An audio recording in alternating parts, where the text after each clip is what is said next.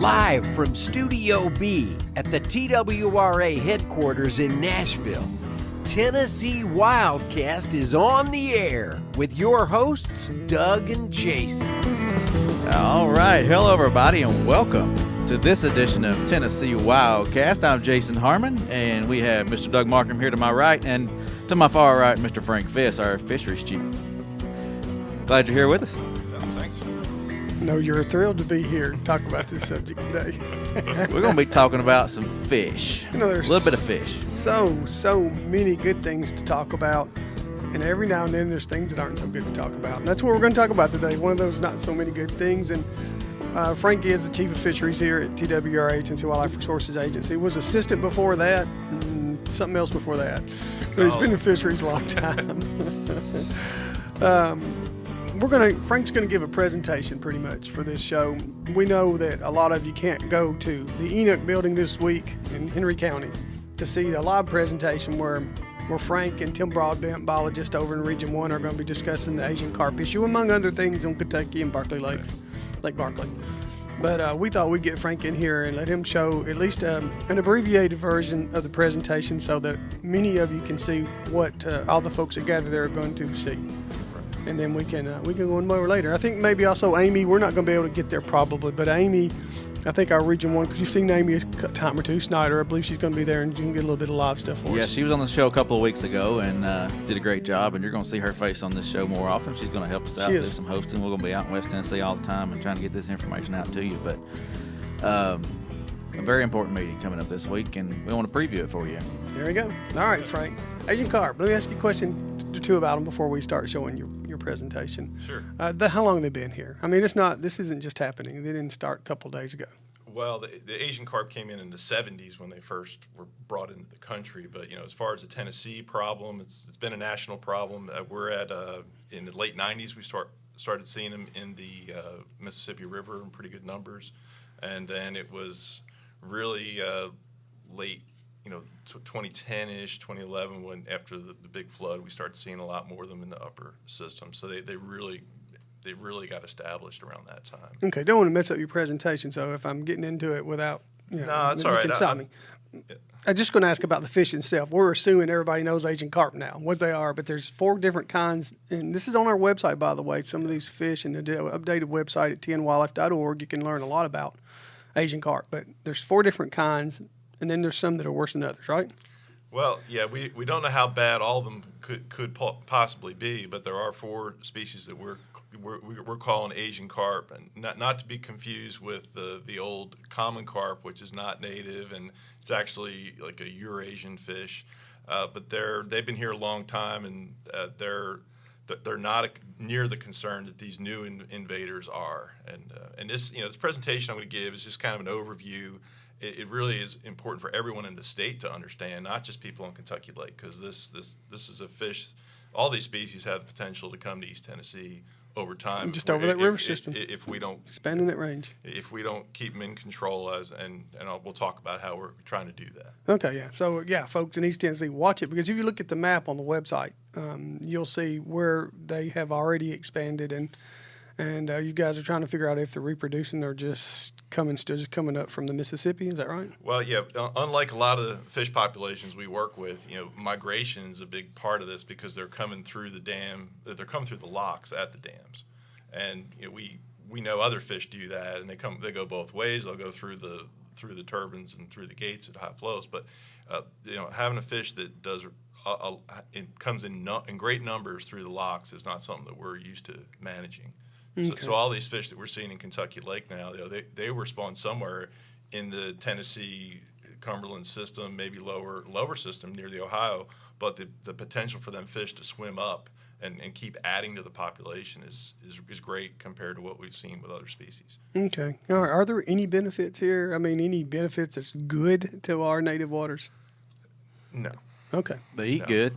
Yeah, I'll talk about the fact that they eat them. good, but we would much rather manage the species that we have. Oh yeah, we got good species. And all the recreational opportunity, because these fish really have potential to damage what we have going on. All right, last thing before you get going, they don't bite. They don't bite hooks, basically. The big head carp and the silver carp do not. They're filter feeders. And so they're not going to be taking baits. It's a rare instance somebody will catch with a hook and line a large big head carp, but they're just as likely to be filtering that jig in and getting hooked in the mouth. But they're not known to be eating fish. Essentially, they're eating really small zooplankton, kind of like you see these great big whales out in the ocean that are just eating krill. You think, how's that possible? But it's possible. All they do is swim and filter, eat that primary productivity all day long. Okay, all right. And of course, that productivity is good for. That's what drives the whole system. Yeah. They're hitting it at the bottom of the food chain, so to speak. So they're skipping everybody in between, and that makes it more efficient for them. Okay, all right. Well, let's get started. Show us what you're going to show folks, and I may ask you some questions as we go. This will be one of many Asian carp updates that I've done over the years, unfortunately. But we've got a lot of new stuff going on. We'll give us the next slide there. Doug had asked about which species that we're working with, and the first ones that we're working on are silver and bighead carp. The one on top there is that silver carp. He's the one that jumps, and that's the one that's creating the problems for boaters. Bighead carp are also abundant. These are probably the most two abundant species we've got in the system. The next two are the black carp and the grass carp. Now, the black carp is really rare right now. We don't know a whole lot about what it's doing, but it has great potential to be a problem for mussels. They eat mussels, they eat snails, and we've got a lot of endangered, highly diverse fauna in Tennessee that we're worried about with black carp. The grass carp you've seen for decades. They've been used to manage pond vegetation over the years. The concern, and we've seen them in all of Tennessee, you can find a grass carp, but most of those fish we hope are sterile fish that have just gotten released from ponds or escaped from ponds somehow. But unfortunately, in the last decade or so, there's been an observation of reproduction suggesting that there's a lot more of these fish that are diploid or successful at spawning. So that could be a concern. It's one thing to be able to control the numbers of a fish that's controlling aquatic vegetation, but if you can't control their numbers, that could be an issue down the road. That's a lot of grass they eat. That's all they're eating. They're vegetarians primarily. So those are the four species of interest.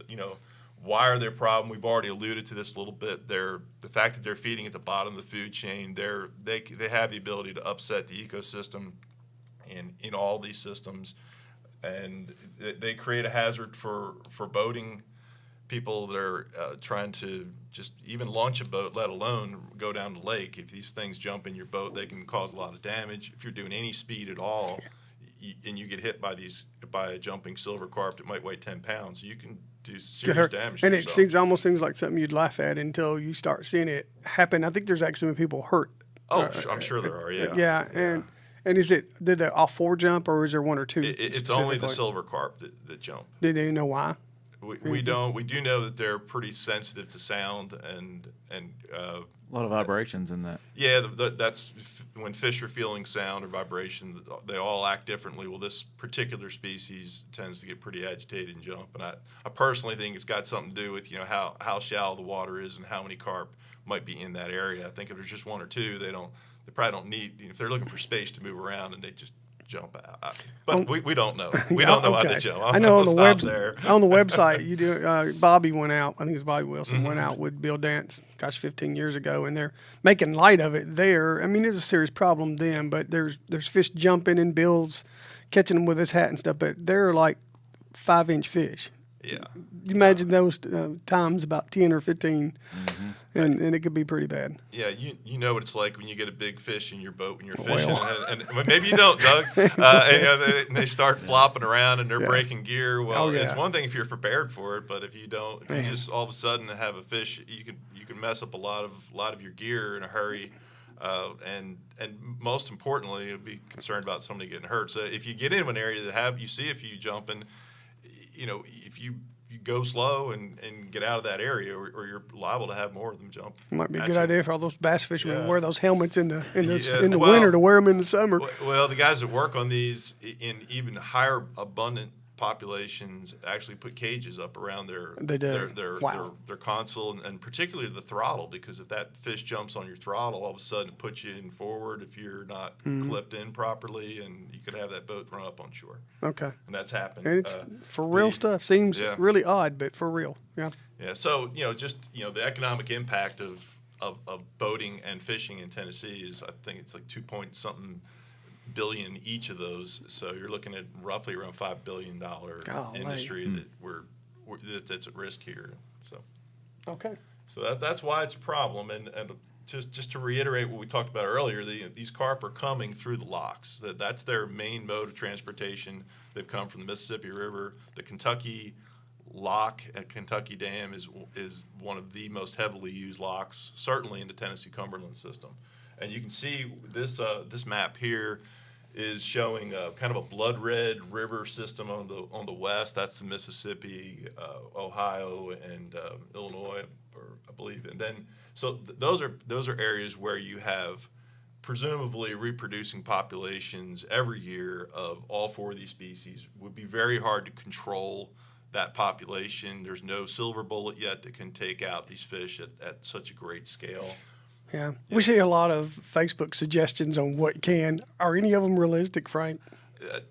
There are some stuff that is early in development, like CRISPR genetic technology. There's pheromone stuff that in theory could work, but it's about scaling it up, and could you really put it in a natural environment and get it to work? Right. And it's big dollars. It's be like having 100 TWRA agency budgets to start hiring the right people to do those things. But when those technologies are available, we'll be eager to participate. But for now, we're working with what we've got. Not to interfere too much. No. I noticed that you got Missouri, Illinois, Indiana. It looks like they've been dealing with it for a while. Are they not coming up with solutions yet? They're not. Other states, we work with other states in the country on carp on a regular basis. We spend a lot of time coordinating, basically deciding how federal dollars should be spent on them and what strategies really do and do not work. And it's an adaptive management process. We learn a little bit every year to circle back around. But the Kentucky has been dealing with carp on the Ohio River system longer than we have in the Tennessee system, for sure. And back to this map, so the pinker, like the lighter red areas there, that's where the silver and bighead carp are what I would say fairly abundant. They're not nearly as abundant as those blood red areas. And as you go up the system, you look in Wheeler Wilson and then Nickajack up there. We've had reports as high as Decatur, Alabama, of silver carp, and I know we've had some bighead carp back in Tennessee on the upper Tennessee system. Just a few what we think are just nomadic fish, not large populations that are likely to reproduce. But they're certainly well established in Kentucky and Barkley Lakes, the silver and the bighead. Just hope the other ones aren't scouts looking around. Exactly. And the two dots for the black carp there, those are the first instances of black carp being in the Tennessee Cumberland system that have been reported to us, and were actually reported to Kentucky. But we work closely with Kentucky and Missouri, Arkansas, all these states that are dealing with carp. It's not a Tennessee issue. It's a national issue. The solutions are going to come from a national level. The heavy hitting silver bullet kind of thing will be. What would you suggest if somebody catches one of these or comes across one? Well, it depends where you are. If you're in those zones that we know about, you can keep it. You can't keep it alive. It's a species you're not allowed to hold alive. But you could keep it and eat it. They do taste very good. There's websites on how to fillet them to get the fish more boneless. I'll tell you, it's hard to fillet them, but the meat is very good. We've served hundreds of pounds of these fillets now to different groups to show people what they taste like. Yeah. But generally they don't have to call the agency about that. But the one caveat to that is that if we've not seen a lot of really small Asian carp in the Tennessee Cumberland system in 3 years. In 2015, there were lots of them, and people probably remember that. I certainly do.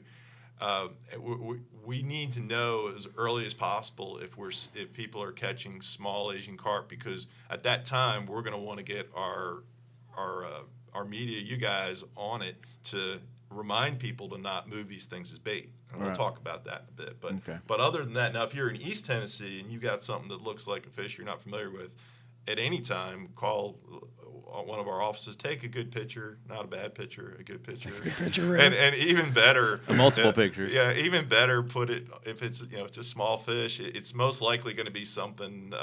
If it's not a carp, it's probably some shad or moon eye or herring or something. Just put it on ice. We'll come look at it. We're not going to do any really high tech testing of it. Just keeping it preserved would be nice to really confirm, because we get a lot of sightings. We get a lot of sonar sightings, and we really can't use that. It's a piece of the puzzle, but it's not definitive. And some of the work that goes on to measure carp abundance uses hydroacoustics, but what? Hydroacoustics, basically sonar, like Okay. side scan stuff, but really expensive side scan, like tens of thousands of dollars worth of it. But even those boats and vessels, that do that kind of work, we can't hire them to do that work for us, because they have to know what's in the lakes. We have to do subsamples of what species are there. All that to say is you can't hardly tell what's in there unless you get a sample of fish. Get your hands on it, You yeah. got to get your hands on it at some point. So anyway, that's pretty much where they are. Hopefully they won't go any further. But so what is being done about it? I mean, they've been around for a while. Of course, our response has been, I guess, to scale with the number of fish are out there. It's really hard to go out there and just say, well, there's a few fish out there, go catch them. Well, there's only a few fish in the lake. What are your odds of going and getting them? Now there's a lot more of them. It's almost to go out and catch a few thousand at a time. It won't change the problem, But there are things that are doing behind the scenes that I want people to know about that are really going to, I think, make a difference in the end. But we still need to be removing some carp. Mm-hmm. So we're doing everything that we know can be done. We're also we also wish there was a lot more that we could just easily do. But that's the reality of it. We're not alone. Other states are facing the same questions, and they're doing the same things that we're doing. So the first thing that we're doing is preventing the movement of carp. We're getting the education out about don't move carp as bait. I'll talk a little bit more about that. And the other thing is that we're trying to keep carp from going through those locks, and I'll show you a little bit more about that. We're encouraging commercial harvest. The commercial harvest makes it reduces the number of fish in the lake in a great scale, much higher scale than we could do just on our own, because when you add a commercial element to it, there's more people doing it, there's more demand. That's a good thing.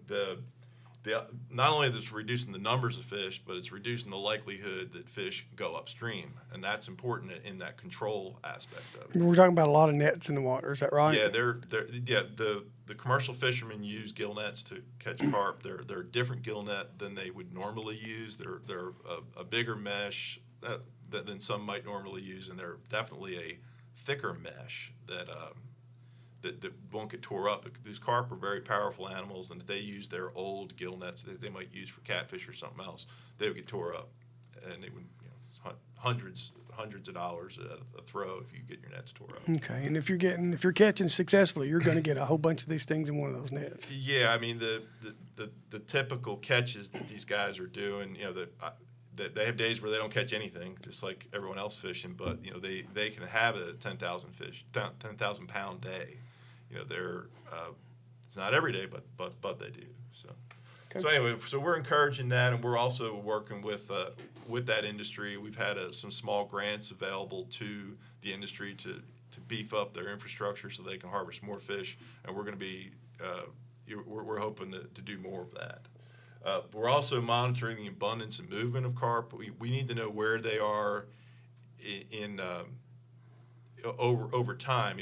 Are they using which parts of the lake? So we actually have fish that are out there with sonic tags.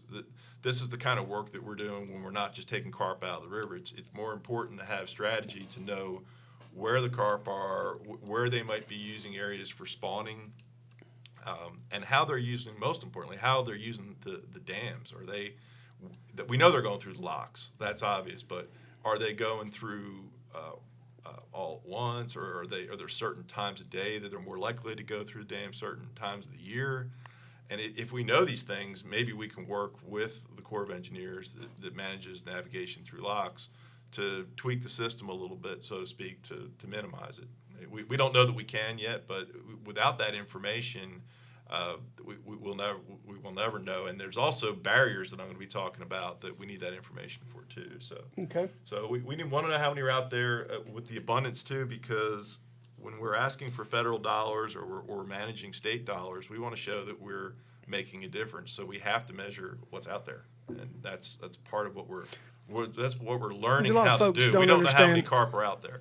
And federal dollars, what does that mean? I understand fishermen would understand state dollars because they help pay for so much with their license purchases. But what does federal dollars mean in this case?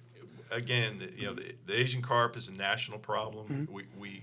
We have been asking for and have been receiving help from Congress, just straight up congressional allotments that go to the Fish and Wildlife Service for carp. The U.S. Fish and Wildlife Service. Yeah, the U.S. Fish and Wildlife Service. And the issue has been that tens of millions of dollars go to the nation for Asian carp each year.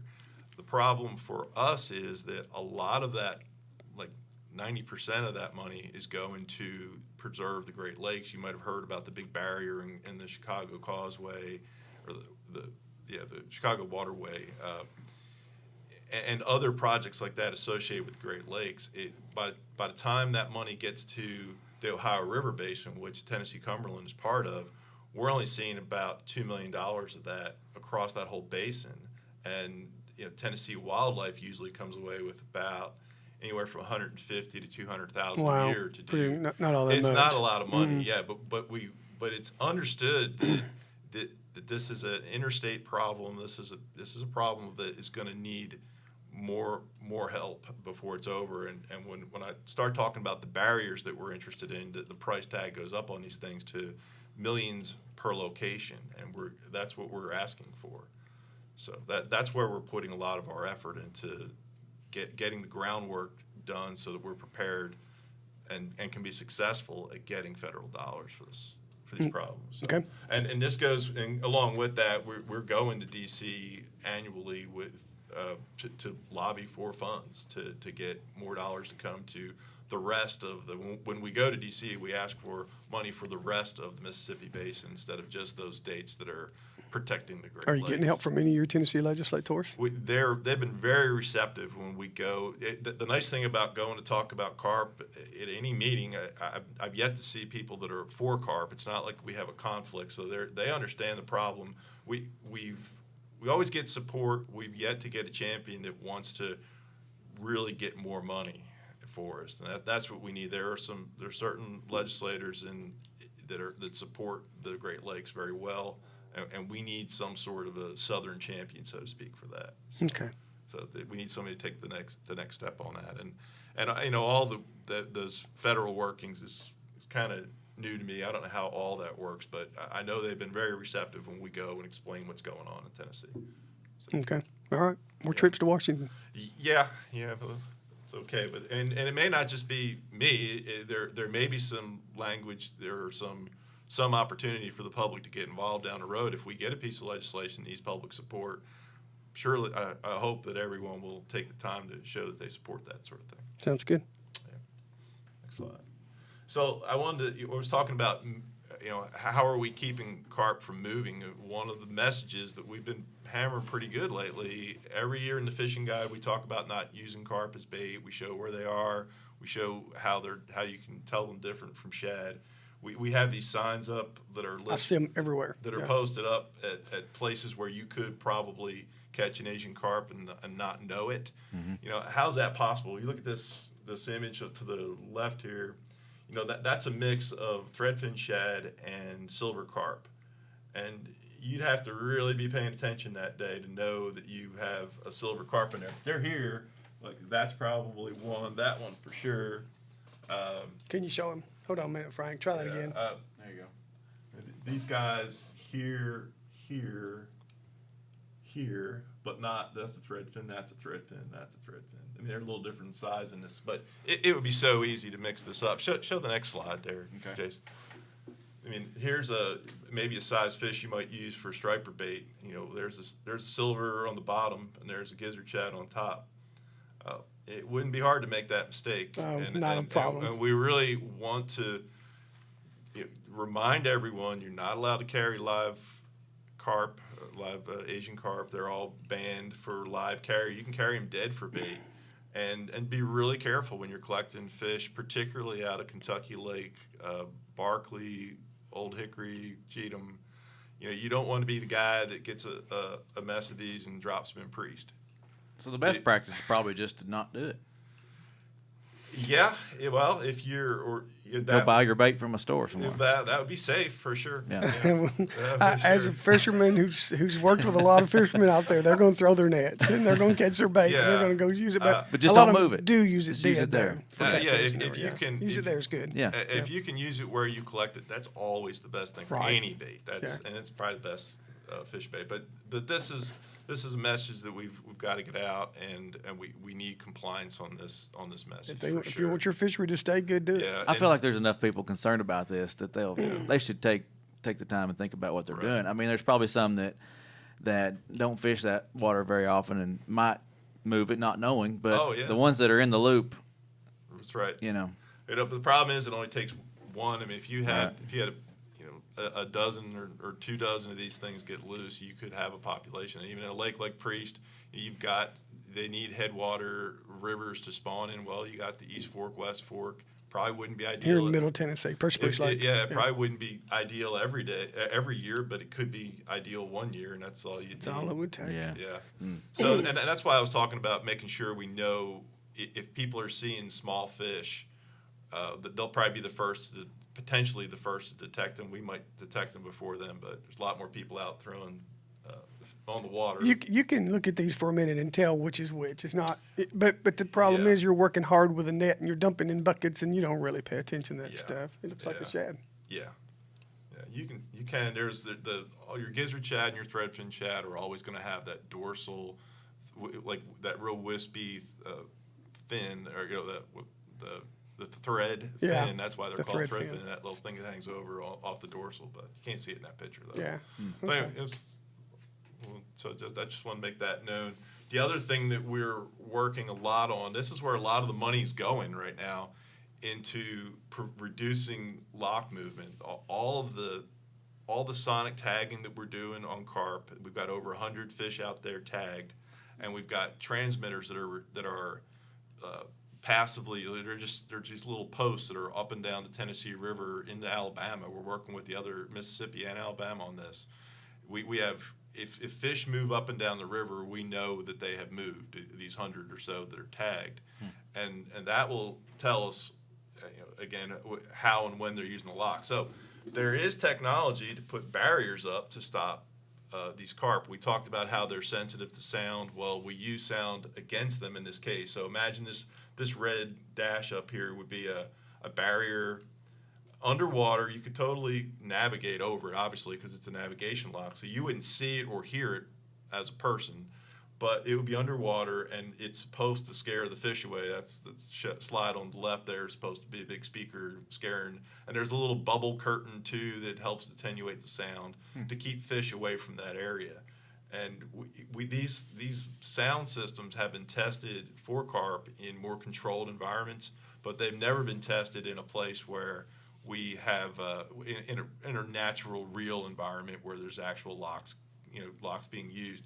So Barkley was selected by the Fish and Wildlife Service. We've been asking the service to come to Tennessee as soon as possible when you get technology, because we need them all up and down the system to keep these fish from moving up to East Tennessee. Are you worried about other fish not being able to move up? Sturgeon and other things? We are. The fact that the carp are so sensitive, there's the field work the research that led up to this showed that there are species, the native species actually don't sense it as bad, and so they're moving through it. No, okay. It'd be like you and I with a dog and a dog whistle. They hear it, you don't.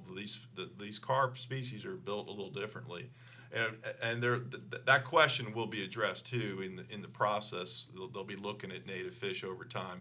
I mean, we don't have any. The need to keep the carp from going upstream is probably greater than the need to keep some native fish from moving between reservoirs, at least while we figure this out. Okay. We could hit the pause button on that.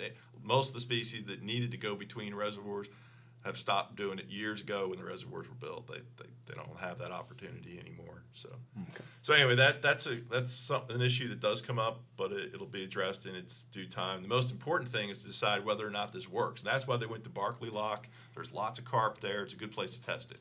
So, Cool. Yeah. Now, hopefully, will happen in September of this year. So the commercial harvest is how the fish are leaving the lakes right now. That predominantly, the agency is out doing it.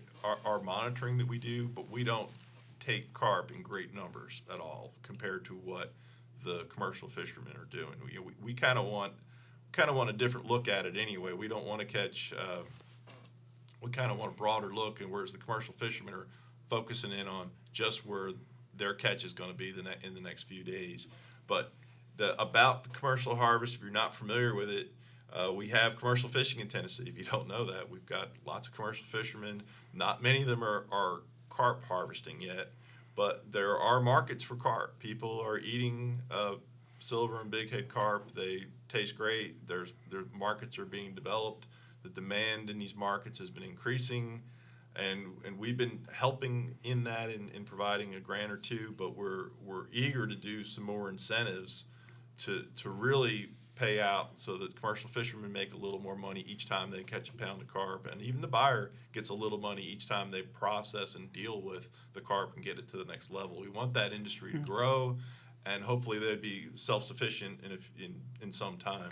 Reckon they could ever be sold at a chain restaurant? Or are we looking at really just I mean, I don't know. You go to, I'm going to name it like a Long John Silver's. It says fish. What are we eating?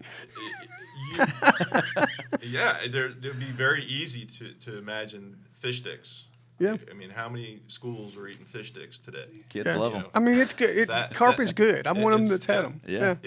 Compared to eating when you look at the fact that they're eating at the bottom of the food chain, there's less time for any chemicals that would be in the environment those that do bioaccumulate through the food chain are not in these fish. They've got really good health scores for eating, and I think you're going to see them in that. You're going to like fish cakes. You're going to see that there's markets for boneless, skinless, just like you're seeing in that image there.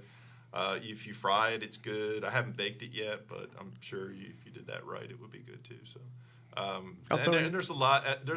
I guess the important thing is that there are a lot of domestic markets. A lot of people think, you could sell them overseas where they're more popular, but there's a lot of cost involved in getting them overseas, and there's certainly demand here for them. So we're very optimistic that the commercial harvest will continue to keep the numbers down. If it turns out that these fish move through the whole system on us, we're going to be reliant on harvest of these fish to keep their numbers down for decades, probably.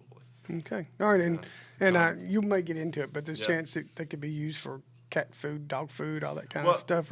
Sure. They could be used for that, but the best likelihood of getting fishermen to fish for them is if they get a higher price for their product. So the human price, it's better for human consumption is better. But yeah, the pet food industry is right there. They pay pretty well. People care about their pets. Mm-hmm. And then like raw proteins and fertilizers and stuff like that.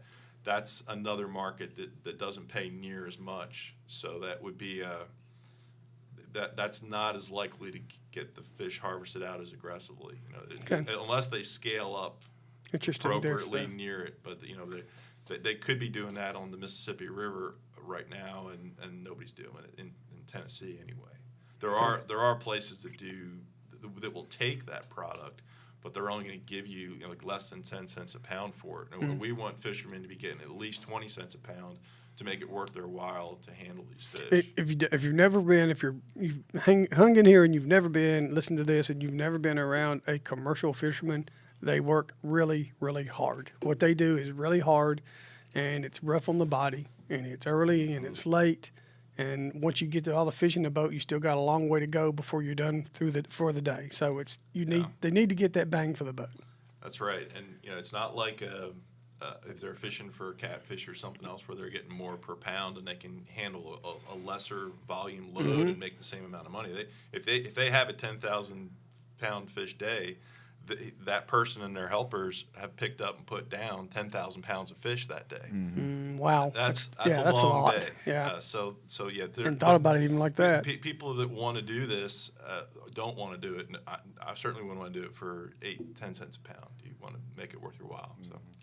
Okay. And there's specialized gear to get into it. So we're hoping that these incentives will get people interested enough that are already in commercial fishing to kind of convert over to that. When you say 8 to 10 cents or 20 cents a pound or whatever, are you talking about the entire fish, or are you talking about a fish that's blocked off, or just the meat, or what's it usually mean? That's at the sale from the commercial fisherman to the buyer. That's the whole fish. Okay, at that level. No processing at all at that point. Okay. Yeah. All right. So lastly, the other work that we are involved in is monitoring, and that is we're doing that in conjunction with the surrounding states, with the Fish and Wildlife Service. TVA has been in on the action. They've been helping us monitor larval fish. They've been providing us some gear to use. We're looking at, through Tennessee Tech, that one of the projects that we have with them is to go out and figure out the best way to repeatably, to scientifically estimate the relative abundance of fish in one lake to the next. I mean, that's going to be important over time to know if any of the products or the strategies that we're doing are working. We're relying on them to figure out that part of it. And we're also monitoring their movements through Tennessee Tech. But we help on that too. Most of the time when they have to tag fish, we'll go out with the shocking boats and get them. But it's still hard. When people might think, well, you got these shocking boats, why don't you just go shock them all up? Well, they don't respond to electricity like our native fish do. Their conductivity or their shape or whatever, it's very inefficient to shock these. So that's why we're not out just shocking them up. And even gill netting them is not easy. You've got to really be strategic and thoughtful about how you set the nets in these coves and put them out. Now, we could do that, but it'd be like sending a fisherman out to catch striped bass versus sending a biologist out. The actual fisherman that's out there all the time, they're on the fish, they know where they are, they know how it works. Biologists, we can have a harder time catching them on the day we say, but what we are doing better is we're trying to get this image of it across the whole lake and have a repeatable sample. So there's always this, what are we? How is it the commercial fishermen can catch them and we can't? We're doing different things. We're not trying to catch every one of them. We're trying to get a subsample that represents the lake in a repeatable scientific way, which is not always the highest catch rate. So Okay. get off that tangent. I get it though. It makes sense to me, and because I've been around y'all for so long, watching you do it and how well it worked. But then you're going out and try to incentivize folks to go after these fish that are there. Right. I recognize that photo there from the Duck River, which is a smaller river. Eventually, from all the larger the Tennessee, and I mean they all lead to the Tennessee or the Cumberland. So are they going up very many tributaries that you know right now? The Duck is one of the main tributaries that we know they're going up. I'm sure they're going up into like on the Mississippi River. They're certainly going up all those tribs to the Mississippi River, like the O'Bine, Wolf, and all those. Our guys have been up in them to see those fish are in there. That's kind of a known thing that we can't. It's strategically, our dollars have to go to Kentucky Lake, Barkley Lake area where we can reduce the numbers of fish, understand it well enough to maybe protect the upper end of the watershed. And that's really where we're at right now. And unfortunately, a lot of we're working with the other states, but the next things that may have to be done in Alabama. And we're certainly talking to those states saying, hey, they're coming, but we don't know that they're going to have hopefully they'll have the same opportunities that we had getting money from the federal sources to do that work. All right, Frank. So also on the sport fish side, everyone wants to know back up a second there. Go back one. Yeah, let's not leave sport fish out of this. We are still doing all the normal work that we do to monitor crappie, bass, shad, panfish. Just everything that we do is oriented to make fishing better. And we're still doing those annual assessments. So the question obviously is, well, how are they doing? And that's some of the stuff that Tim Broadbent's going to dig a little deeper into at the meeting this week. On the 24th? Yeah, but there is a lot of annual variation in sport fish populations, and we had a really cold winter. I know things are looking a little rough compared to some other springs. We had a really cold spring too, but nothing that I've seen yet has been out of range of what would be a typical off year. Now, if we get a couple of them in a row and it slips further off, then we may be starting to see impacts from carp. But so far, we haven't made that call yet. It's too early to say.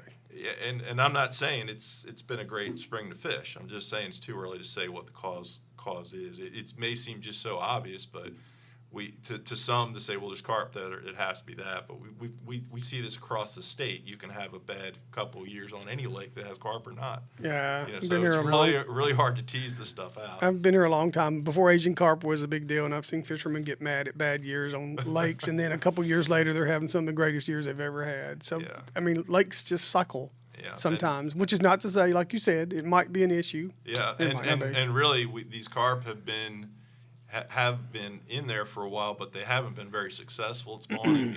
They had a really good year in 2011, 12, and then again in 15, and they've there's fish around that are probably younger.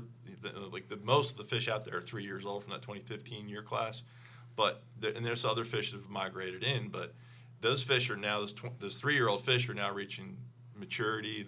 They're likely to spawn on us at some point, so that's why we got to be watchful. And what we see today isn't necessarily what you're going to see in a few years either. Right. Okay, all right. We got a few minutes left, Frank. So let's get to these next. Oh yeah, ones. we got to cover these too. A couple things coming up. The Tennessee Wildlife Resources Agency is a sponsor of this event that is being hosted by the Kentucky Fish and Wildlife Foundation. That's their version of that's their foundation to their state. They're handling all the details of the tournament, but we wanted to participate. Wow. We wanted to participate with Kentucky Department of Fish and Wildlife Resources. So we are, and it was a phone call that I was on with the chief of fisheries there. I said, well, are they fishing on our side of the lake? And they're like, no. Like, well, why not? So that's why we sponsored, and it's set up where with the proper licensing, you can fish either side of the lake or either side of the state line on Kentucky. Awesome. Kentucky and Barkley Lakes. So that's pretty exciting. I hope people get involved in that. It'll be interesting to see what we can learn from the fish that are shot during that event and how many are there. I'd like to see us maybe do something on our side of the state line. Okay, that information is on the website some, and we'll put it out on Facebook again too. Okay. And then again, Frank, real quick on that, it's not that we think the bow fishermen are going to take all these fish out. It's to bring attention as much as anything to the issue. Yeah, and really anytime there's a bow fishing event or tournament that can focus on carp instead of all other species, that's a bonus to us. So right. We'd like to see that. Yeah, look at those hours, 7 a.m. to 7 p.m. Is that what it said, or 7 p.m. to 7 a.m.? Yeah, Got backward. It's a nighttime. At nighttime. Take a lot of coffee. That's 12 hours of fishing. Sleep all day. All right, let's go to the next one. And this is the meeting coming up. So. That's right. That's this week. This will be Thursday night in Paris, May 24th. And again, it's a lot of the same stuff I talked about here. Just want to let people know that we're doing everything we can, and we're as frustrated as they are that there's still carp there. We think all the time, what else could we be doing? We're going to be presenting that and some more details about Kentucky Lake. Yeah, and those of you go, don't go mad. Go help us. Go help us. Be a part of helping them with us, because we do want everything to be better. That's right. Yep. And it's our goal, just like it's your goal. Anyway, Frank, I appreciate your time. Sure. And you got a tough job up there. What you do, you have a tough job. So appreciate all your work. It's not always carp, but it just feels like it. You probably will for a while. All right, everybody, we're going to be back in a week. Jason, thank you. Yeah, thank you all for tuning in, and follow us on Facebook, Instagram, and Twitter, and check out our website. We're always trying to get the information out to you and keep y'all connected with us. All right. So we'll see y'all next week. Yeah, you're going on a road trip soon. Yeah. All right.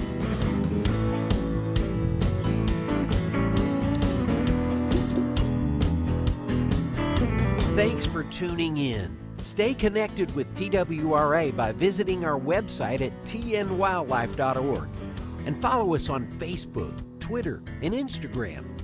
Hey, it's all about Tennessee wildlife. It's what we do. Tennessee WildCast will be on the air again next week. We'll see you then.